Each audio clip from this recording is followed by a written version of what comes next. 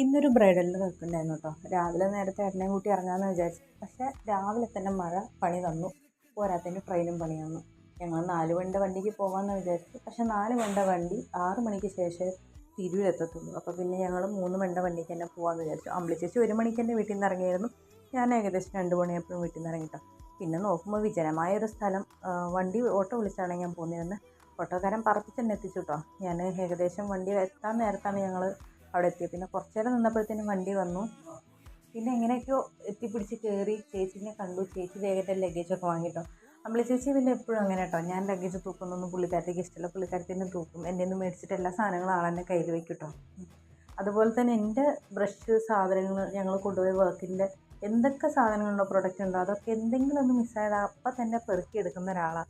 അതുകൊണ്ട് നമുക്ക് എപ്പോഴും വിശ്വസിച്ച് കൂടാൻ പറ്റിയ ഒരാൾ വന്നു കേട്ടോ. അങ്ങനെ തിരൂരിൽ ഞാൻ വണ്ടി കയറി. അമ്പിളി ചേച്ചി എനിക്കുള്ള സീറ്റൊക്കെ പിടിച്ചിട്ടുണ്ടായിരുന്നു കേട്ടോ. എനിക്ക് വിൻഡോ സീറ്റ്, ഞാൻ പ്രതീക്ഷിച്ച പോലെ വിൻഡോ സീറ്റ് തന്നെ കിട്ടുകയും ചെയ്തിട്ടുണ്ടായിരുന്നു.